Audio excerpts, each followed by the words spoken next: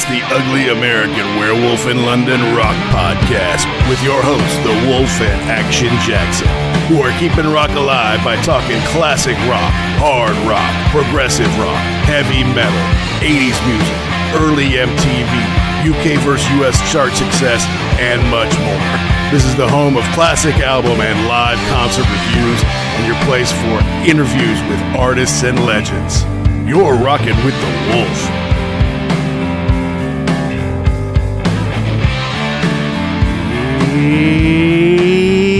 Out there, rock and rollers. Welcome to episode number 231 of the Ugly American Werewolf in London Rock Podcast. Brought to you by me, your host, Mac B. the Wolf, and I will be joined, as I always am, by my partner in crime from the East Coast of the USA, Mr. Gary Action Jackson. And we want to thank everybody who tuned in last week for our review of Sting's Dream of the Blue Turtles, his first and, in my opinion, best solo album with lots of big hits and popular videos. Yes, at the time we were kind of bummed that there would be no more Police as they were actionized, but I'd say it's about our favorite band at the time, but the result was very strong. He put together an incredible band around him with Omar Hakim and Daryl Jones and Branford Marsalis and just made a killer album, and hopefully you've checked that one out. But we kind of go back to our hard rock roots with this one. Another one turning 40. 1985 was a big year for albums in our lives. And today we're going to talk about Motley Crue's Theater of Pain, the third album from the LA glam rockers, which was a little bit more polished than their previous effort, Shout at the Devil, and it did feature the big hit single and power ballad Home Sweet Home, which was a really big deal for the band, helped them kind of cross over into more mainstream success. And if you listen to our previous reviews of Motley albums, we did Shout at the Devil. We also did Dr. Feelgood around its 35th anniversary. We were always pretty harsh on them as far as the lyrics are fairly ridiculous, just sophomoric songs about sex and dirty living. And finally, it dawned on me while I was listening to this album for the third or fourth time that that's not the way to look at Motley Crue. You kind of have to grade them on a curve. They're not trying to be Bob Dylan with the lyrics. They're not trying to be Led Zeppelin with their playing. They're coming out, punching the face, and having fun, although sometimes they're talking about sex, partying, and maybe dirty living on the street. That's just who they are. They're not trying to be Nobel Peace Prize winners. They're not trying to get all the critics' praise. They're trying to make fun music that teenage boys are going to pump their fists to and make sure when they come to the show, they have a blast. And that's what Motley Crue is all about. Now, some of the members of the crew don't love this album. They say it was too polished, and you can't polish them too much. They have to be dirty and grungy because that's just who they are. So it may not hold a special place in their hearts now, but it really did help introduce a lot of folks to Motley Crue because Smokin in the Boys Room was a big hit and was all over MTV. And then Home Sweet Home, you couldn't get it off MTV. They had to close the request line so nobody else would choose or ask to hear Home Sweet Home anymore. So we're going to give it our track-by-track treatment here as it turns 40. But first, we do have a little bit of business to take care of. We always like to mention we are proud members of the Pantheon Podcast Network, a family of over 100 different shows. You can learn more at pantheonpodcast.com or follow at Pantheon Pods. And we love giving shout-outs to our fantastic sponsor, rarevinyl.com. And I've seen people making some killer purchases of original albums that are in mint condition lately on there. That really warms my heart. It's great to see because not only does it help our show, but it helps your record collection. And they have over 250,000 items in stock from all around the world.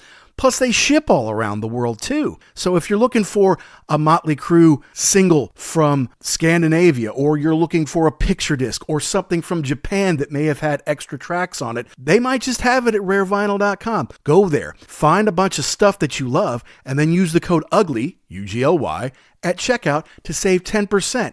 And it's 10% off one entire order, not just one item. So you can get the big ticket items. You can get a bunch of small ticket items. Just round out your collection. Find the things that you always wanted and could never find or never had at Rare Vinyl. Use the code UGLY, save a big fat 10%, and your record collection will thank you. Now back to Motley Crue. Have to admit, at this time in my life at 12, I was not a big Motley Crue fan. I did like the Smokin in the Boys Room video, and I thought the Home Sweet Home song was nice and a surprise from a band like Motley Crue, who seemed like they were a pretty dangerous bunch of guys. It wasn't until Dr. Feelgood came out that I really got an appreciation for who they were, what their role was in rock and roll. And when I went back to discover this, like, yeah, I get it now. They're not Led Zeppelin. They're not Rush. They're Motley Crue, and they know it. And they do Motley Crue better than anyone else does. So here we go. We're doing Theater of Pain by Motley Crue as it turns 40 here on The Wolf.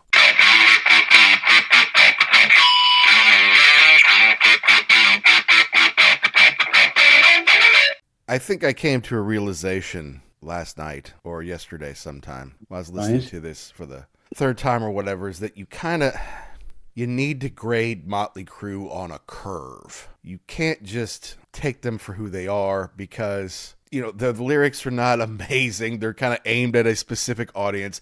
They're not amazing players.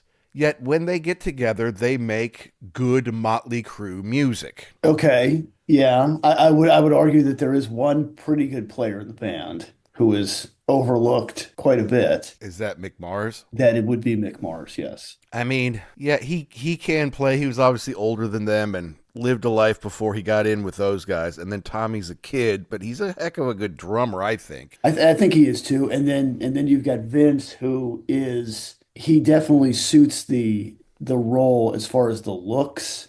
Yeah. And the attitude. But in the singing department, well, I mean, let's set some of those screams. That's what they want against that kind of music. It's like he's doing what he's supposed to do. Is he a great singer? No. I think Nikki writes pretty good lyrics considering what he's trying to do. The world that he's in and the pictures that he's trying to paint. Mm-hmm. I think he does a pretty darn good job of that. Individually, they're not great.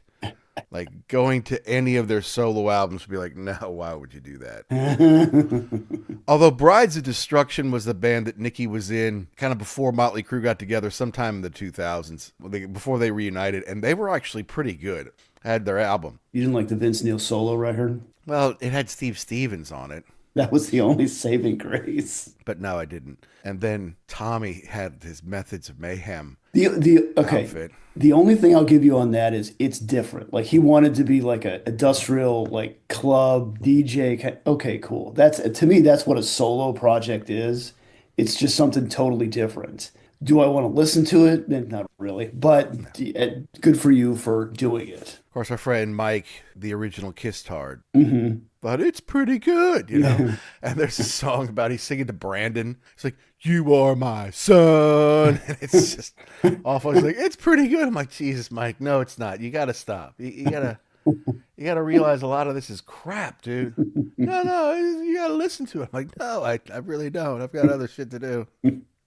So, because like the notes from the first time I listened to this were kind of like, well, okay, this is all right, or this is not that good. And then on the third time, I'm like, look, you're not listening to this. This is not a prog band. You're not listening to this for the incredible musicianship or the fantastic storytelling. It's fun and it's dirty. Mm-hmm. It's very down in the gutter kind of storytelling. And then you've got this music against it. Put yourself back in 1985 as a teenager from humble beginnings, and suddenly this is pretty damn good in that perspective. Yeah. So I guess what you need to think of is if you were a big Motley Crue fan in 1985, were you excited about this record, or were you like, oh, because this is a departure from Shout at the Devil. It's more commercial.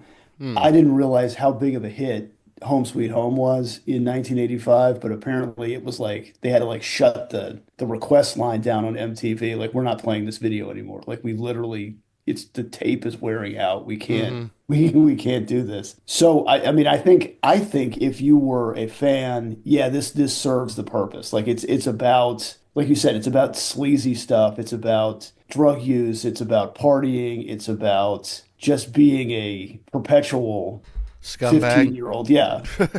Correct. Basically. Although even though they were riding high from Shout at the Devil, they were not in the best shape here, the band. No, yeah, so go back in time here in late 84. December 8th, 1984, it looks like. Yeah, Vince went out to get more beer in his Ferrari. He was with Razzle from Hanoi Rocks. There's a nasty, nasty car crash, and Razzle died, and I think the people in the other car got hurt pretty badly too. And the way to hear Vince tell the story is he bought his way out of prison because they paid off Razzle's family, made a plea with the judge. I'll go to AA, I'll go, I'll be clean for however long. I promise not to do it again. Here's some more money for the court, whatever. Vince's like, yeah, I bought my way out of jail. Plus, Nikki was getting way into his heroin at this point. I mean, if you watch the movie The Dirt, you can see Tommy's at the piano trying to figure out the beginning of Home Sweet Home.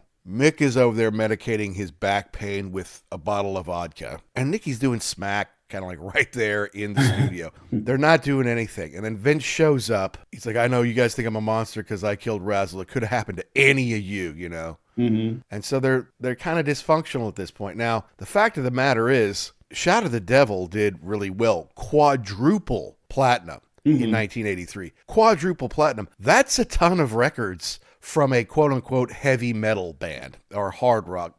They're metal. You got to call them that, I think, even though their playing wasn't up to the snuff of people who we consider metal, of the Black Sabbath, the Iron Maidens, the Judas Priest. Can't really play like them. Theirs was more about a look and then bombast. They would blow stuff up. They basically stole Kiss's live show. Right.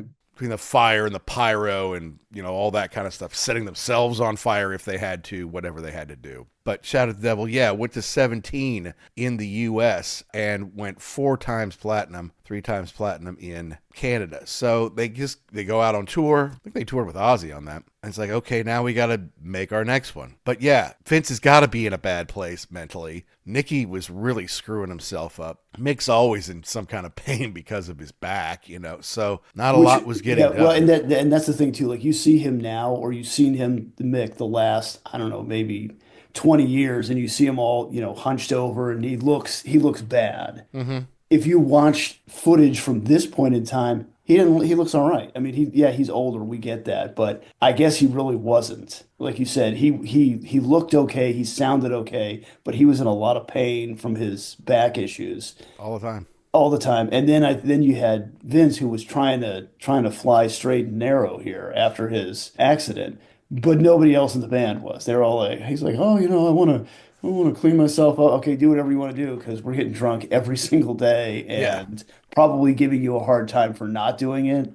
So Then there was notes in here about them wanting to replace Mick Mars at this point in time, and I don't know. Was it the look? Was it the fact that he was so much older? I mean, to me, his playing is very serviceable, if not better than what everybody else plays. So was that it, or was he just being a pain in the ass at this point in time? Yeah, or did he just not? Did he not look right? Yeah, I mean, we want to get every chick in the whole world, and we've got this little space alien who's not helping us. And, even in the movie, he would even see. He wouldn't screw every groupie who came through. Whereas, Vince, Tommy, and Nikki would just screwing everything. Just everything with 2 legs, or 1 leg if they can find one. But they're just, that's all they want to do. So that's the best line from Pete Davidson in that movie. Don't leave your girlfriend alone with Motley Crue. They will screw her. They will, yes, they will. And that's just kind of what they did. Yeah, it was weird. They're talking about, I don't know if it was when Nikki was dating Donna D'Erica or something like that. But it's like, I brought her backstage and none of the guys would look at her. It's a thing, they figured, look, I just keep her out of my sight, I don't look at her, and then, nothing bad will happen. So he's walking up, hi, I'm Donna, and they're like, oh yeah, hey. And, nice. But isn't that like a pimp thing? Like, if you look a pimp in the eye, then you're his. It's like, they have some kind of weird street rules that I don't really get in Motley Crue. But, anyway, was Mick being a pain in the ass? Was he just not as much fun? I mean, they show, girls who come to him, hey, are you in the band? He's like, what band? It's like, get away. I'm just laying on the bed because my back's killing me. I don't need you trying to bounce it down, up and down on top of me. Whereas, Vince would be like, yeah, come on in. Yeah, bring your friend too. And, when my girlfriend comes, we'll just throw you out the window and she can come out the door. It's just... girls, well, that would be the next album. But anyway, that's their attitude. We're just going to party. We're going to do all the drugs. We're going to screw every chick. That's the way it was. So that's what their songs are all about. And yeah, that's attractive to teenage boys. Like, yeah, I want to bang every chick. Hell yeah, it sounds like fun. Here's the thing, though. Mm-hmm. They had the kind of, the leather and the black early in the 80s. Now, because a lot of people were doing that, they want to be different. They glam up a little bit more. And now they're wearing like pastel colors, like bright pinks and bright yellows and greens and stuff like that. And like more feminine makeup. Like they had makeup on in the Shout at the Devil days, but like, like the eye black from like football. Right. Yeah, exactly. Correct. Now it's like, Vince is straight up wearing lipstick and looking much more feminine. You're right. He's got the white and the pink and the purples on. Yeah, this was a departure from their earlier look. Yeah, and I mean, I think that they didn't really love it, but they wanted, they can't just do the same stuff. They got to move forward. They got to keep, Vince looks like a chick. I mean, it's where dude looks like a lady came from. Somebody saw Vince at the end of the bar. It's like, oh, that's not a chick. That's Vince Neil, And some of the, magazines, like they had these effeminate clothes or whatever. And in an interview, Mick at the time was like, we've always been different looking than everybody else. And if everybody has leather and studs and is blowing their hair out, well, we've got to do something different. And Nikki Sixx was like, hey man, I look good wearing the makeup, and if George Washington used to wear a wig and makeup, man, why can't I do it? I'm like, well, that's different, but Mick with that girl stuff on, he looked like an ugly old woman. He did not look right. I mean, I get Tommy and Vince can look good because they're so young and thin. At the time you were thin, Vince. Right. They can kind of get away with it. And they want to shock people, and that helps to shock people, right? So, oh, they're wearing makeup. Not quite the way Twisted Sister went, but kind of in that vein. Yeah, it was definitely a departure. I don't know how people reacted to that. I mean, it was still the message was still the same. It's just the look was a little bit different. So interesting how they got that right from the beginning. They knew that their success was going to be promoted by the way that they looked. It wasn't just going to be about the music. Right. Yeah, exactly. Now, while the public got it, I mean, it sold 4 million copies, just like Shout at the Devil did before it, just like Girls, Girls, Girls did after it. If you think about that, that is a ton of records being sold. Like when we did the Sting album last week, I can't believe it only, quote unquote, sold 3 million copies in the U.S. Right. Did really well internationally and sold millions more than that. But with all those hits coming from the Police, all those videos on MTV, you'd have thought it would have been more like 5 million or something like that. Whereas this one, I said, this is probably like a 2 million seller. No. This is a 4 million seller, and the kids who liked this were pretty loyal to Motley Crue. And when I go to basketball camp in the summer, I would see kids with all sorts of Motley Crue t-shirts on all the time. So it was like you hated them and you were a parent or something like that, or you were a kid with a future maybe. And then but then if you were like, if you were into Motley Crue, like you loved them, you thought they were awesome because all they're talking about is like sex and partying and like that's it. And then they I think at this point in time they still had the aura around them, like, oh, they were they worship the devil and they're so evil. I'm like, oh, not really, but okay. And then I remember that album cover with the two masks that was all over the place, on stickers and t-shirts. Yeah, they were pretty good at marketing themselves too. Absolutely. And what's his name? Doc McGee was their manager, I think, at the time. He was, yeah. There was some video they had out at the time, and I kind of forgot about that. And then it was like, executive producer Doc McGee. There you go. There's the engine. And he said he drove them nuts. I mean, way worse than Bon Jovi or Kiss or Skid Row or any of the bands that he managed. Like, these guys were insane. They made millions. They spent it as fast as they could. They spent it on drugs. They went to strip clubs every single night. They had private planes. They had to knock Tommy out at 5 a.m. and chain him to his bed. But see, then you get to like the critics of the world. I'm like, they're going to pan them pretty bad. And, people praised Mick Mars guitar work, but it found nothing else really to praise. And their look was not good. It's like something out of Central Casting. It's like, what is this about there? They actually called the album Thudding Trash. It's saying Neil's vocals suck and Sixx's songwriting, which I don't think sucks, but it's not real grown up. They were actually going to call it Entertained to Death, and I think Doc got the masks and Entertained to Death tattooed on his arm. Say, look, I'm totally into this thing. He's like, oh no. Oh yeah, that's great, except I changed it to Theater of Pain at the last second. He's like, of course you did.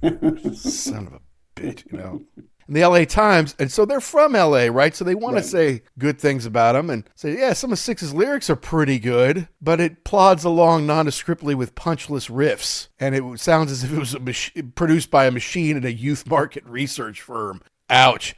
It is a little, I don't want to say softer, but it is more polished than previous efforts. And of course, the band blames Tom Werman, their producer, for that. They say, oh, he didn't get us or whatever. It's interesting that later in life, they've kind of all trashed it a little bit. Like that didn't capture us very well, or it was too polished. They don't bring up the fact that Nikki was smacked out or that Vince was in pain from killing his buddy or anything like that. Well, yeah. And then there's the whole thing about, apparently, according to some people, Nikki Sixx didn't even play on this record. That's right, because he was so out of it. He was so smacked up all the time that Werman had somebody else come in, somebody famous. I don't know who it is, but somebody came in to play his parts. Allegedly. He could maybe write the songs. Well, I'm sure he laid it down, and then Werman's like, oh, yeah, that's great, Nikki. Why don't you just go on home? We got this. And then he brings somebody else in to fix it. But, and then Werman kind of fired back. It's like, isn't it curious how they say they love you when you're selling millions of records, and then a couple decades later, it was you didn't capture their sound. You didn't work hard enough. You talked on the phone all the time. And in fact, it's your fault. You're personally responsible for everything in their lives that they've failed to achieve. One interesting take I found, though, was that, of course, Rolling Stone trashed it because Rolling Stone has never liked or understood heavy metal at all. They just don't get it. Tim Holmes of Rolling Stone, I guess, reviewed it and trashed it. And he said, while it seems to be the group's most technically proficient album, he kind of just dismissed the whole genre of heavy metal altogether. He didn't understand that it was growing in popularity, that these guys were kind of at the forefront of it in America. And, it's just Rolling Stone just never got it. They never understood it. I mean, they didn't even understand Led Zeppelin when they came out.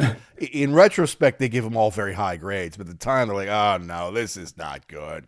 So Rolling Stone just has their head up their ass. But he's not wrong in that it's not generationally fantastic music. But for this generation, their heads soaked with MTV, who just want to hear about sex and chicks and cars and partying, this was their band. Yeah, especially if you were, you mentioned going to basketball camp in Kentucky. In Indiana. In Indiana. Okay. So if you're from Indiana, if you're from Kentucky, any place, kind of middle of the country, America, you're getting sold this fantasy. You're getting sold this fantasy of a nonstop party, nonstop money, picks, drugs. It's everything you ever wanted. Yeah, that's what I want to be. I want to live in this fantasy land of LA and never have to become an adult. And these guys are the greatest. And somebody was bashing Motley Crue. I can't remember who I was talking to, but they were like, they sucked. I'm like, honestly, for what they were probably the best. Yeah. They always catered to their audience. They never really went away up until the Dr. Feelgood days, like from when they started to 89, 90, 91, they were on top of the game. They sold 1 million records. They're still, they've got something big planned with Def Leppard in Mexico, some like 4-day huge festival. Oh, wow. Sometime this year. They're still around. They're all still alive. Mick Mars, you could go either way on that, whether he's still alive or not. Or not, yeah. They're still relevant. They're still all, they seem to still have money, even though they blew through tons of it.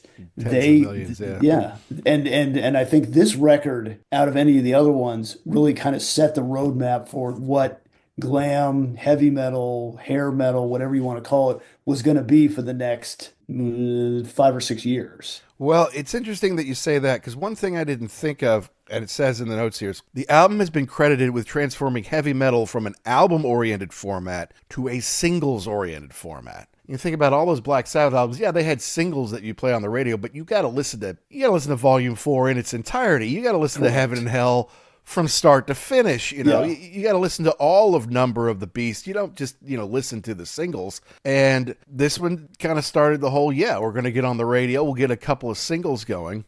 And that kind of changed things. And then later, when you see bands like the Poisons and the Cinderellas come up, who are more pop glam metal than they are heavy duty metal. All you need is that one. You need that one song to hook people in, get them to buy the rest of the record. Will they ever listen to it? Maybe yes, maybe no, but I don't care. I have your money. But you need that one power ballad that you can put your lighters up to, hold the lady du jour next to you and go from there. And you have to admit that these guys sold the hell out of records. Shout at the Devil, 4 million US. This one, 4 million. Girls, Girls, Girls, 4 million. Dr. Feelgood, 6 million. Well, that's 20 million right there. Plus the Greatest Hits album did well after that. And they're kind of done for a while, and grunge comes in and changed the game. And then Vince has to go. Did he quit? Was he fired? Doesn't matter. They brought in John Corabi. They weren't built for the grunge. They weren't built for the 90s. No. I'm going to write a book about how grunge ruined rock forever. I finally got the topic, and I finally got something I can really go off on, and I've got plenty of evidence that it's true. But that's for a different day. Hi guys, this is Chris Slade, drummer of AC/DC and many others, and you're listening to the really ugly Werewolf in London. Let's start to move through this because we don't need to spend a ton of time on this. This is not an epic, but 4 million sold. And I remember seeing the videos. Like there was something about Motley Crue, like, oh no, you don't listen to that stuff. And then when Smokin' in the Boys' Room came out, because that was a cover, it was a hit by Brownsville Station in the 70s. Even though we were 12 when this came out, and Smokin' was not something we were allowed to do, was not something we were going to be doing. The whole, I'm going to sneak off and smoke in the boys' room. Yeah, that kind of rebellious thing, that would appeal to us, right? So correct. I also remember going to my buddy Jordan's bar mitzvah party, and I believe the LRS DJ Rocky Knight was entertaining us that day. Rocky Knight at the Speed of Light. And he had some cassettes there to give away as prizes or whatever. Oh, you do this thing, we're going to give it. And I can't remember what all they were, whatever the popular ones of the day was, but this was one of them. I remember seeing the cassette with the masks on it there, thinking, I hope I don't win this. I hope I get to win something else, because I didn't really like Motley Crue, and I didn't really like the scuzzy guys who wore the Motley Crue t-shirts at basketball camp. I'm like, that's not, I like the Police, I like Sting, I like that stuff. I'm not really into this right now. But one day I would change my mind. All right, so for the most part, Nikki Sixx writes all the songs. Some of the other guys might help out with lyrics or even a little bit of music. Try to point those out along the way. But the first one, to me, is an odd choice. City Boy Blues, written by Nicky, Mick, and Vince, which is an interesting combination. What do you think about this song to start off the album that follows up Shout at the Devil? Yeah, it's slow. It's kind of a slow start. It's not bad, but it's simplistic. Yeah. This is right off the bat, this is a big departure from Shout at the Devil. It's just like, to me, this song is just okay. Like it's nothing special. Yeah. My heart's in the country, my feet's in the city with you. All my friends are eating sushi, talking bad about who. So I take a swig of whiskey and jump into the saddle with you. It's...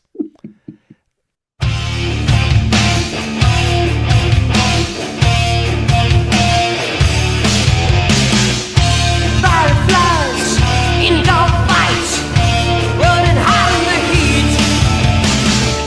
Street nurse, another bribe. Things too hard to believe. No head out.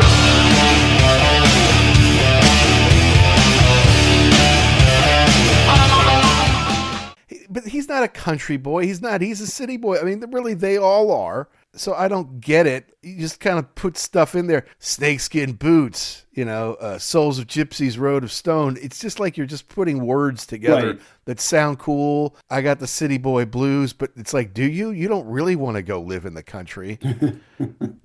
It's slow. It's tame for a Motley Crue song, especially for an opening track. And the solo isn't special. I really don't understand why this is the first track. There's so many other songs on here that you could have put up first to kind of come out rocking and get people's attention. Mm-hmm. Yeah, it is an odd choice to me. It's just it's serviceable, but it's nothing special. No, it's not. And it's kind of a basic story of alienation and wanting to break out. Mm-hmm. But it's kind of the opposite, right? Like the country kids want to make it to the city where the parties are, where the work is, where the girls are. You know, you don't want to go the opposite way. So I don't get it. Not the right tune to open with.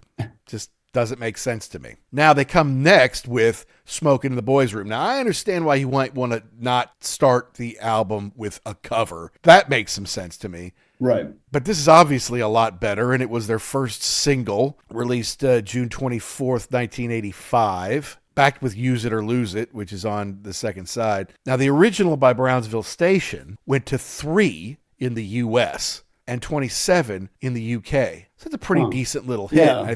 I think for them, that's their biggest hit. This one went to 16 in the U.S. Billboard, but 7 on mainstream rock. So that's a pretty good hit for them. It's a top 10 hit. And then 71 in the U.K. London and England weren't really having Motley Crue because they had Iron Maiden, right? They had people who could really play and really tell stories, and they had moved on from the spandex. They were in leather and stuff. So why are we with these guys? Well, they weren't, you know. Now, the Brownsville Station may have had the bigger hit as far as the charts go, but I like the Crue version better. I do.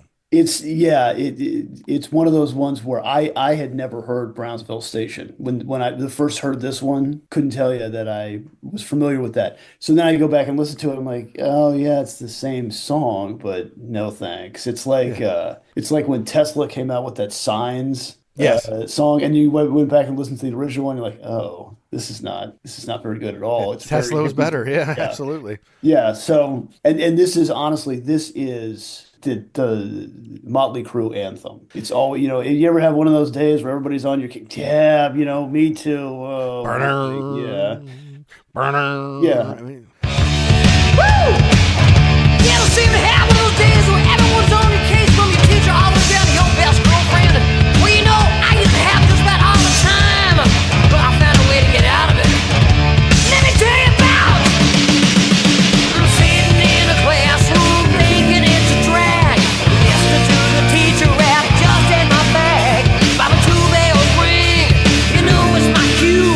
I'm gonna meet the boy. yeah, no, it's right up their alley. It's rebellious. I'm smoking in the boys' room. Yeah, I'm not going to class. I'm sneaking off to smoke in the boys' room. Yeah, and the video was fun. Right. Yeah. Right, having fun. Had the bald dude from The Hills Have Eyes and Weird Science in it, and wearing an odd wig. And they're kind of running around the high school being silly. The harmonica was really good on that. Right. That is not Vince Neil. That is Mickey Raphael, who has played with more legends than anyone you've ever seen in your life. A lot of country legends, yes, but a lot of rock legends as well. Just he is the go-to harmonica guy in the studio. It's interesting you say that because in Wikipedia, it is credited to Vince Neil. And I said, I don't think so, because if that was really true, he would be playing a lot more harmonica. Yeah. You can't click on the album. You have to click on the single link. Oh. And you go down to the personnel down there, and Mickey Raphael's last. He's on harmonica. Okay, I see that now. Yeah, that makes a lot more sense, because I'm like, there's no way. I've never seen Vince Neil play the harmonica. I've never seen it anywhere near him. No, and he's in his 70s now. But I mean, the list of people he's played with is it's unbelievable. Jason Isbell, Townes Van Zandt, Chris Stapleton, Tom Morello, Paul Simon, Snoop Dogg, Engelbert Humperdinck, Neil Young, Norah Jones, Bob Dylan, Ray Charles, Dwayne Eddy, Vince Gill, Emmylou, Leon Russell, Lionel Richie, Elton John, Zach Brown, Dave Matthews, Blue Oyster Cult. I mean, it goes on and on and on. If you need harmonica, you get Mickey Raphael. That's just all there is to it. But it's a fun one, and it's right up their alley as far as the attitude. I thought the solo was okay. It was good for this song, but it wasn't great. But look, it's fun, and Motley Crue's fun and rebellious, and Smokin' in the boys' room is that. Absolutely. So what was the problem with this video? Because I'm looking here seeing that this was one that was targeted by Tipper Gore and the Parents Music Resource people. And I'm looking at it thinking, I don't see anything. I mean, yeah, it's a goofy video. They're talking about smoking. Okay. Other than that, I don't see anything all that horrible about this. But I guess they flipped out. Well, smoke in the boys' room. You're encouraging young children to smoke in the boys' room, I guess, is what it is. And you can't do that. Motley Crue was already on their list, right? So correct. Whatever does well, they really have to attack. And this went up the charts. It was on MTV. It did well. Mm-hmm. So yeah, you got to attack. If you're Tipper Gore, you know, what else have you got to do? Raise your kids and keep them off drugs? No, apparently you can't do that. So anyway. Moving on, all right, but that's good. I mean, City of Boy Blues, whatever that is. But now we're going in the right Motley Crue kind of direction. We're having some fun. And one more thing about this too. I guess this was one of Vince's big songs that he loved, and I guess they tried it when they first got together, and it just didn't work out. And so yeah, that kind of got shelved. But I guess they reworked it. I don't know what the magic was now, but I mean.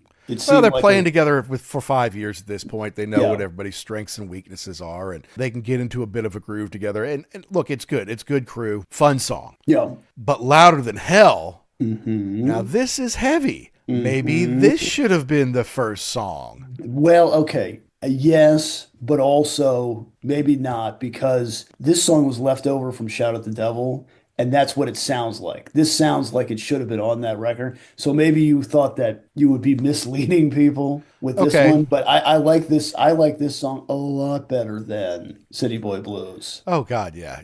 And the solo is brief, but it's good and it fits the song well. There's not a lot to it, but it is a little Kiss-like to me. Right. Yeah. And it works. And you get a big scream from Vince in there. Some get a bullet in the head instead. Some got to go, we'll roll. Some bring home with the stone. Some have a reason, some have no hope. Some lie aloud, we lie aloud, we lie aloud, we lie aloud. Loud in hell, loud on. Some I wonder if, since this was left over, to me, it doesn't really sound like they did anything to it. Maybe they just needed another track and they had it left over. They didn't re-record it. This sounds like it comes straight off of those old sessions. It might have. It absolutely might have. Some like evil. Well, some need the power. Some bleed in vain. Some get bullet in the head instead. All right, well, those are pretty tough lyrics. This is... Some got the go, some play the role, some scream out in horror just for show. Some have no reason, some have no hope. Some like it loud, we like it loud. We like it louder than hell. It's, there's not much to it, but it's, an anthem for youth. You say louder than hell. Kids like to scream that. You're hanging out the eye rock, louder than hell. You're having fun. This belongs on the record. I know it's a little harder, a little different from most of the other stuff on the record. Like you said, it was left over from the previous one, which was a little harder. Mm-hmm. This one's more polished, but it's still a good song. And not every song on here is great, so you have to enjoy it. While you can. Yeah, because the next one, Keep Your Eye on the Money, to me is a little different. Is Nikki doing some reflecting? Oh, that's here? never a good thing. You don't think? My big note is it's not amazing, but for a Crue album, I'll take it. Okay. It is, yeah, it does seem like like he's trying to tell you something on this one. The drums are a little more subdued. This one is harder, but coming off of Louder Than Hell, you can tell this is the way they're moving to a more polished sound. Yeah, what is he saying? Dancing on the blade as the crowd screams for more. I guess maybe too, you got to think about where they were also as far as like record tour. I mean, it takes a lot out of you to do that over and over and over again, and maybe you're almost kind of getting sick of it. Like obviously the heroin is a way to deal with everything, but you got the pressure from the record company, you got the pressure from Doc. Hey, we got another. What did Shout at the Devil sell? 4 million. Another 4 million. in you. Well, I don't know, man. I mean, that's a lot for basically still kids to do. And Nicky'd have to write it all by himself. And that's gotta be tough too. That has to be hard when at this point in time you figure out that you're going to be doing most of the heavy lifting. Yeah, and Mick helps with riffs. Right. He comes with riffs. But Tommy's a kid. He doesn't know what the hell he's doing. Correct. Vince is an idiot. He can't write. So he can't hardly read. He's not going to write, anything.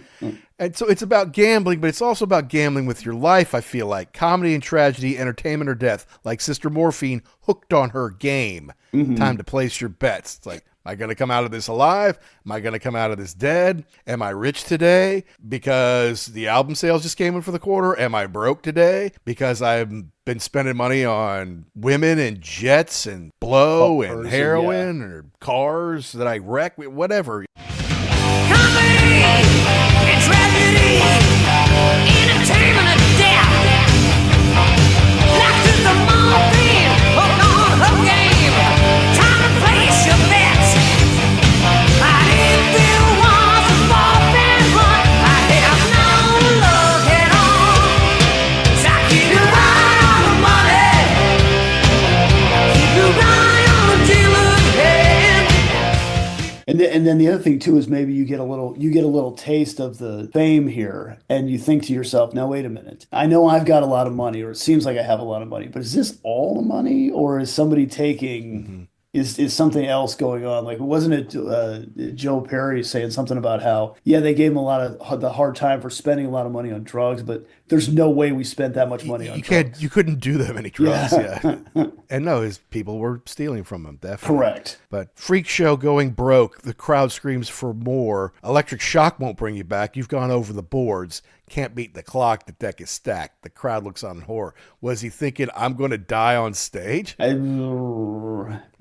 Maybe. Yeah, maybe he knew that this was not a recipe for success. Like you're going to hit the wall at some point in time. Yeah. So the lyrics aren't bad, but the riffs are good, I think. Interestingly, it was released as a single in Spain for some reason. They probably did a tour there and wanted a different single. It did not chart. So this is it's an interesting one. It's a good one though, between Louder Than Hell, which is pretty darn heavy, and then Home Sweet Home, which is the power ballad. Right. Correct. And since we're talking about Home Sweet Home, let's just move on to the last song on the first side of the tape or the LP. Home Sweet Home. Mm-hmm. Released September 30th, 1985, backed with Red Hot, which went to 89 on Billboard and 39 mainstream rock. But it's one of those songs because it is a power ballad and girls like to sing along to it. This is a song that never dies for them. Correct. And while it doesn't have the big, huge riff, at least not in the beginning, this is a Motley Crue classic. This is a showstopper, and they've had to play this every night ever since they recorded it. Up in lights falling on the silver screen. My heart's like an open book for the whole world to read. Sometimes nothing keeps me together at the seams. I'm on my way. I'm on my way. Home sweet home. Yeah, and I guess it started off with that piano riff from Tommy, just messing around, and then that one of those times where I wish I was there when somebody said, "Okay, what is that?" Oh, it's just something I'm fooling around. No, that's something right there. That's gonna be big of all the things that you mess around with. And I remember the video from when we were in college, the '91 version, because they re-released it for the Decade of Greatest Decades. Hits. Yeah. And they made a new video. That's a lot better than the first one. The first one's kind of goofy, where they're in different scenarios. Like Vin, I don't even know where Vince is. He's at the beach. That's right. Somebody calls him. Oh yeah, I'm coming home. And then Mick's at the House of Horrors or something, because that's what they had to do with him. Yep. Tommy's at a bar Nikki's at a bar and Vince is Tommy's at a party or something, and they start into it, and it's being about being on the road, and to me it's kind of perfect. for what they've got. You start off with the, slow piano. intro, Yeah. and then you go into the guitars and the, I'm on my way, bah, set me free, bah, home. So, and you can, everybody's screaming "Home Sweet Home" at you from the crowd. It's big. It was Yeah. big, and like we were talking about before, I guess MTV was like, okay, we're not taking requests for this anymore. We're not playing this video anymore. We can't do it.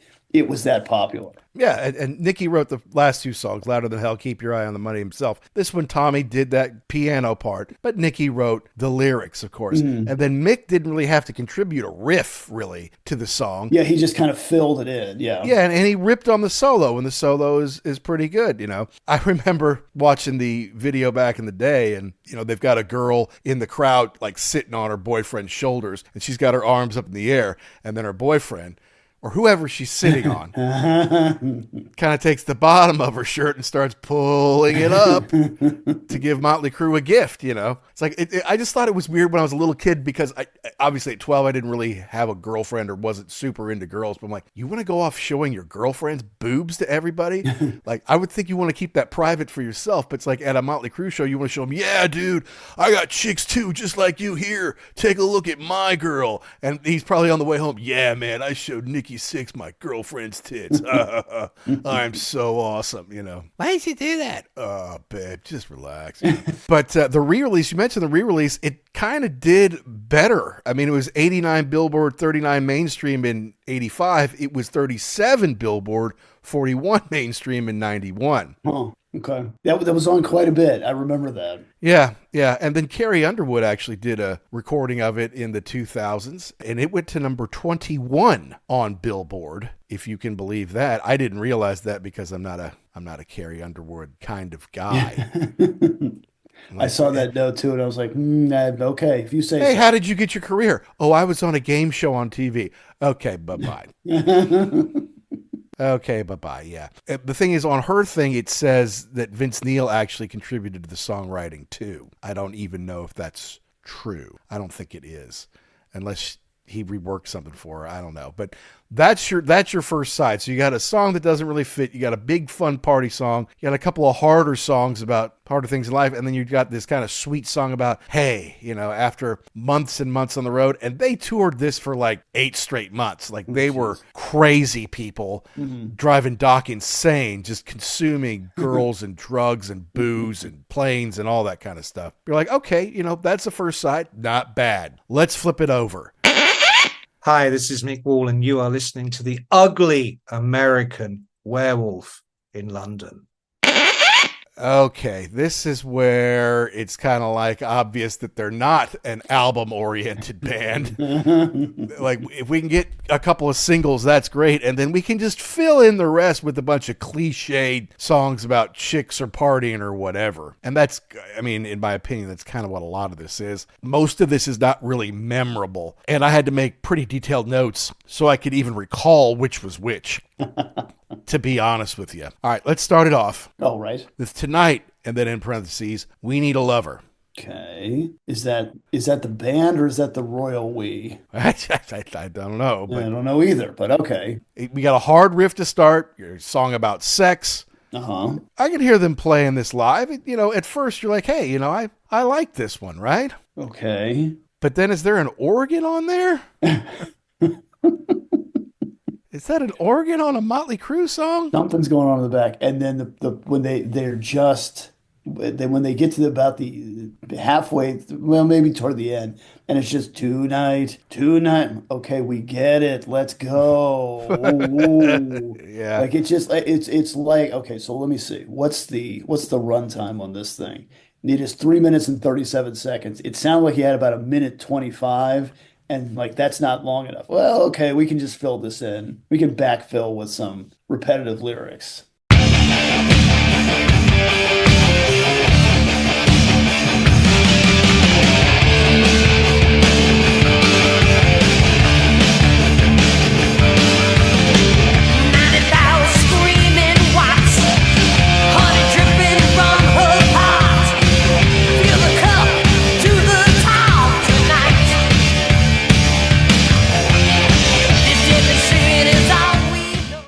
yeah, 90,000 screaming watts, honey dripping from her pot. Fill the cup to the top tonight. This deadly sin is all we know. So it's about fucking. Right. Pleasure victim, who's next to fall? The question is, will you please us all tonight? Stand tall and ring the bell. The final stroke sends you to hell. Was that a stroke of my gag? Or is that a stroke of the... Take your body like a hammer and a nail. The taste of love, it might be yours. Slide down my knees. Taste my sword. Can you feel the power inside tonight? Cheesy. But you know that if you're a big Motley Crue fan, you're like, yeah, this is awesome. Listen to them talk about screwing. They're all screwing the same chick in one time. Yeah, we should do that with our buddies. Like, nah, you probably shouldn't, but whatever you got to do. There's not much to the song riff-wise, though. I mean, throughout, Mick's not doing a whole lot to make this thing, like, special. I'm looking here what I've got. Yeah, no. I mean, I have the solo is good, but, like, I mean, it's passable in the song. It's okay. I kind of think like maybe they had him on a leash or something, like kind of just, it fit the song, but don't go crazy. Yeah. So it's all right. It's fine. I like it, but it's not like, oh man, we got to go home and listen to this later. Right. Yeah. The next one, Use It or Lose It. Now I like this better. It's fast and it's got good guitar work from Mick. Mm-hmm. And it's very Crue in its simplicity and its attitude. And I think it's about as close as Mick gets to shredding on this one, just out and out shredding. I mean, close to it. He's not quite Warren DeMartini, but he's a rat, that's kind of what he can do on this one, I feel like. Yeah, I don't think he's ever really, I don't think he's a shredder, but I mean,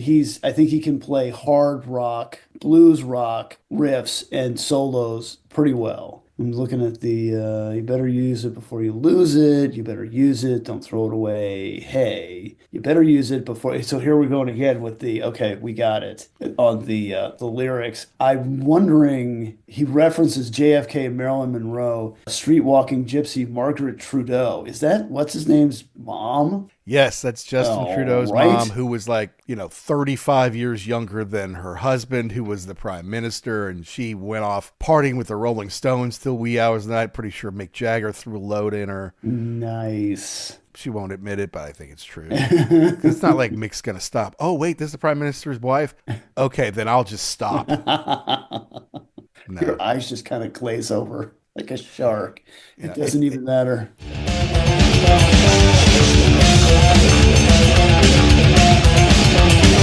Ragged down fast lane, another overdose. James Dean wasn't playing the role. I said, hey, you, what you gonna do when time runs out on you? Use it, I lose it. Sweet pain is the name of the game. I said, hey, better use it before you lose it. Better use it, don't throw it away. Yeah, better use it before you use it. It's about sex, Sweet pain is the name of the game. Sweet time is on my side. I said, hey, you, what you gonna do when time runs out on you?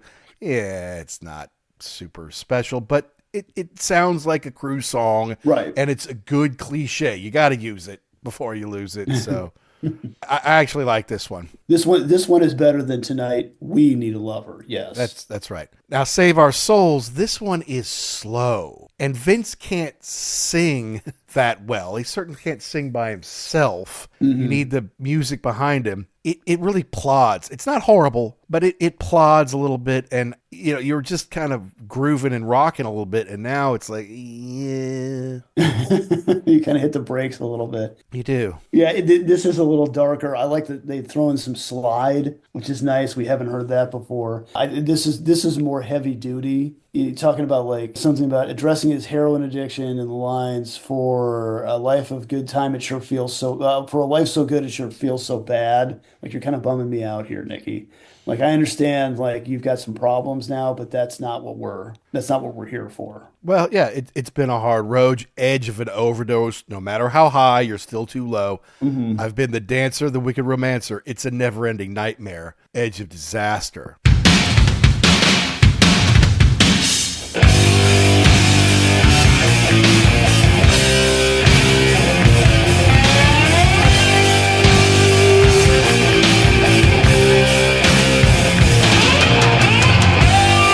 Black angels laughing in the city streets.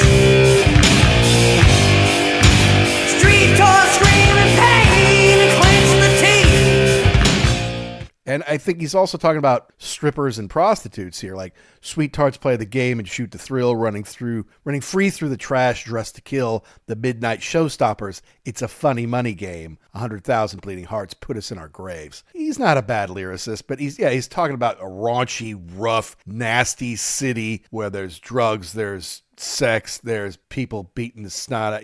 It's rough. It's a nasty life. It's not quite as glamorous as you'd think. And I would imagine it was about this time. Didn't Nikki and Tommy have some kind of bet going on who could go the longest without showering and just being completely disgusting? And then somebody asked him about how, like, when The Dirt came out, they didn't shy away from the whole groupie thing, which I like, because don't gloss over it. Like, if it happened, tell me it happened. But somebody was like, "Why you had women who were like dying to sleep with you, even though you were just a complete degenerate?" He's like, "These were trashy women. Like, what do you want me to tell you?" Yeah. I didn't make them come backstage. So yeah, I think it was you think this is a great time, you think this is a great life, but you sit there and think about it for a minute and you're like,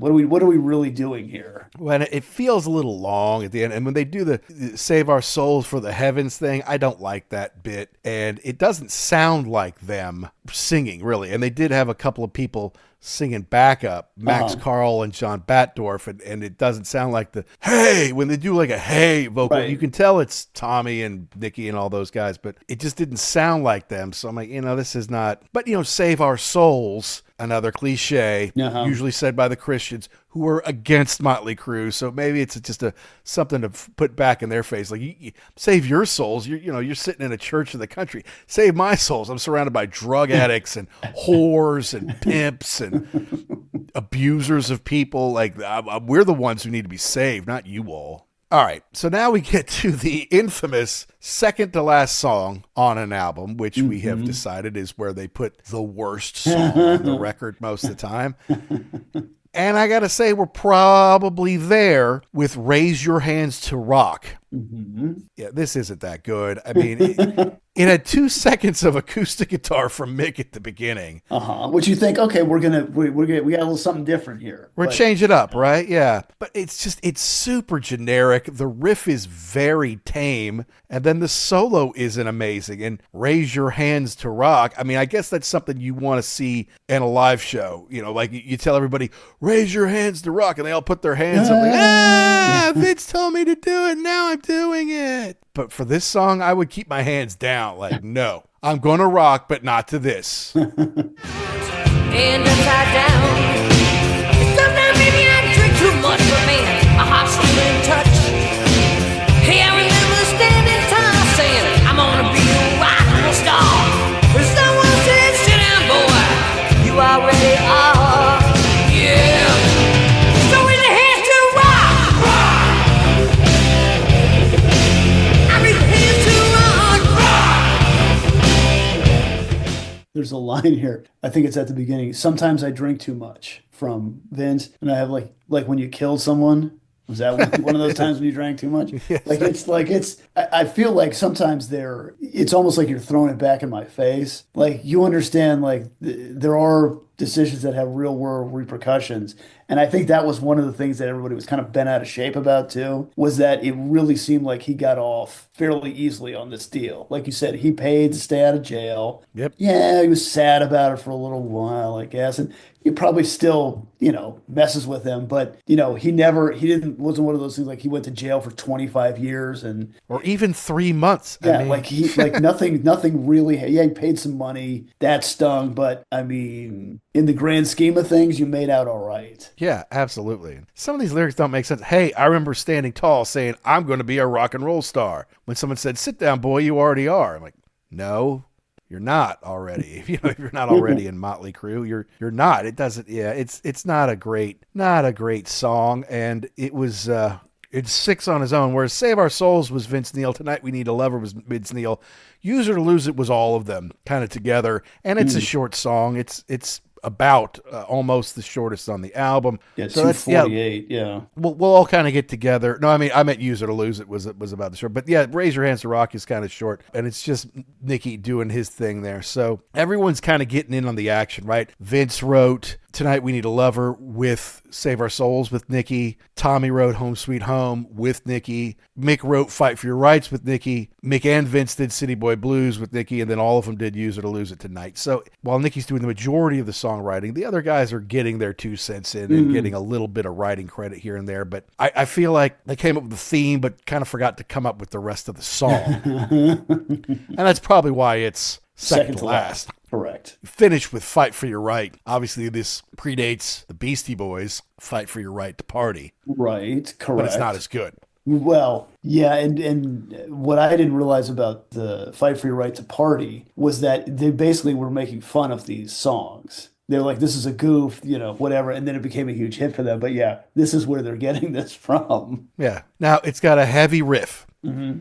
And it's better. It's better than Raise Your Hands to Rock. I think it's better than Tonight We Need a Lover, but it's still not great. But it is one of those that after I listen to it 3 or 4 times, I'm like, you know what? It's their type of groove. It fits Motley Crue. It's very mid-'80s. And I liked it better as I listened to the album a few times. Like on first listen, I'm like, this is not good either. And then I listened to it a few times. I'm like, you know what? This is actually pretty good. I mean, they're obviously trying to write an anthem, and it falls flat on that scale. There are some themes in this one where when they talk about like Martin Luther, like, okay, relax, your rights are not what he was talking about, so maybe stay away from that. But I would agree with you. When I first heard this, I was like, another.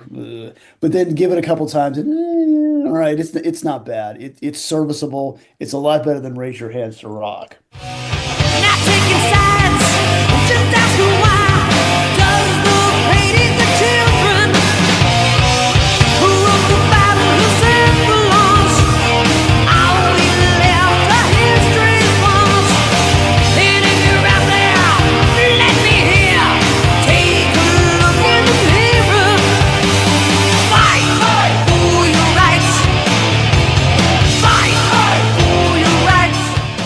I agree. Who wrote the Bible? Who set the laws? Are we left to history's flaws? And if you're out there, then let me hear, hey, and take a look in the mirror. Trying to look for who's to blame. Martin Luther brought the truth. The color of our blood's the same. Yeah, I mean, it's not bad writing. It's not just hot rods and chicks. Mm-hmm. So I give him some credit for that. Because Sixx can go a little deep on some of this stuff, but generally speaking, that's not his aim. It's really just to kind of appeal to that teenager looking to break out, looking to party. Like, I want the party lifestyle. I want chicks. I want money. I want drugs. I want booze. And this is more like society has all these ills and it's not our fault, yet we are still left to clean up this mess. Who's going to help us? And of course, the answer is nobody. That's why you had to become a rock star, to take care of yourself, because no one else was going to do it. So that's it. I mean, what do you think of it compared to the other Motley Crue records that we've done? I mean, I think this one's start to finish. I think this is a lot weaker than Shout at the Devil. I think that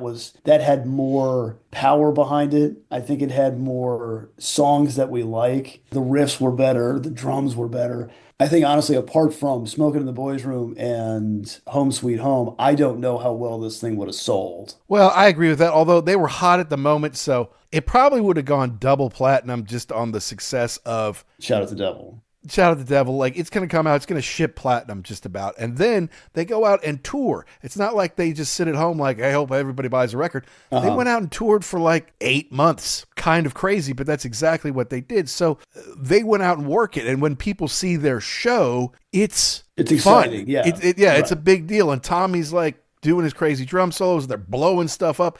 It's like a Kiss concert, except Kiss is cliche. Now these guys are what is up. They're out selling Kiss 4, 5, 8 to 1. There is a scene in the Home Sweet Home video, the original one, where they show them setting the stage up. They speed it up, but you forget how big these shows were even at this point in time. Yeah, they had the big drum riser, they had the pyro. I don't think Tommy was spinning 360 just yet. But they still had a pretty big show. And you're right, that's what you wanted to see. You wanted to see a spectacle. You wanted to get your money's worth for the ticket that you bought. And yeah, these guys delivered every single night. Yeah, they deliver on that. It says here in the notes that it started on July 7th, the world tour, with 7 shows in Japan, including 4-night run in Tokyo, which sold out so quickly that they added a fifth. And then they remained on the road for 8 months, winding up in Paris on March 3rd. So early July 85 to early March 86, that's a ton of touring. That's a ton of work. And that's a huge world tour also. Like getting yourself and all the equipment, everything in Japan, that's not a small feat. No, and then, all through the US and Canada, all through Europe, maybe a couple times in some of these places. It's a ton of work. But you get all the booze and drugs and chicks you want, so it makes it easy, right? So don't worry about it. Yeah, so they're making money hand over fist. So, they're psyched. They're doing what they want to do. They're making a ton of money. They're getting all the women they want. They're incredibly famous, even though they look different. It didn't seem to be a turnoff to people. It sold well, and with Home Sweet Home, they kind of crossed over a little bit, right? It's not just for the hardcore party boys. Yeah. Suddenly girls might be interested in at least buying the single, if not buying the album. Right. You wonder how many people bought this record or bought the tape and only listened to the first side. Well, they probably would have been smart to do that.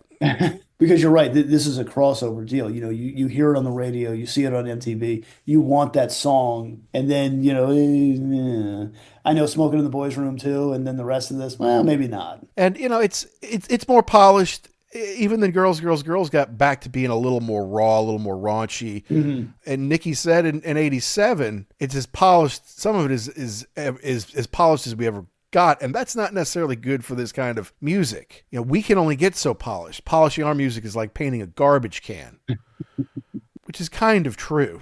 Yes. They're not incredible artists. They're stars, right? They're not musicians. They're entertainers. Right, correct. They're like characters. They're like Kiss for the 80s. Makeup, bombast, songs about sex, big riffs, crazy solos.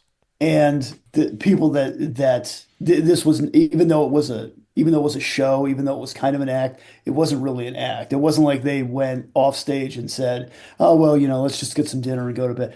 No. I'm going to read a book with no pictures in it. Try to get to bed early because we got a show tomorrow. No, they are living the life that they're talking about in their songs.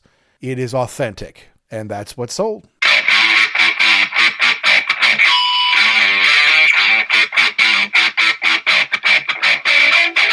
That's our take 40 years later on Motley Crue's Theater of Pain, coming out in 1985, their third album, which went quadruple platinum on the heels of the quadruple platinum Shout at the Devil and ahead of the quadruple platinum Girls, Girls, Girls.